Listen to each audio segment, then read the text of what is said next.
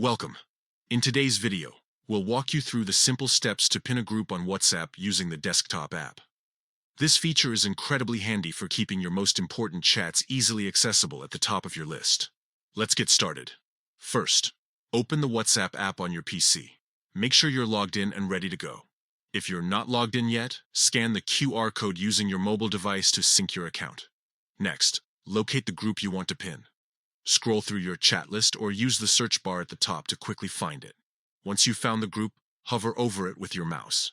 Now, right-click on the group name or chat preview. A small menu will appear with several options. From this menu, select Pin to Top. And just like that, your chosen group is now pinned. It will stay at the very top of your chat list, making it easy to access whenever you need it. If you ever want to unpin the group, simply repeat these steps. Right-click on the pinned group and choose Unpin from the menu. This will remove it from the top of your chat list and return it to its original position. And that's all there is to it. Pinning groups on WhatsApp for PC is a quick and effective way to keep your most important conversations organized and within reach. Whether it's a work group, family chat, or a community discussion, this feature ensures you never lose track of what matters most. Thanks for watching.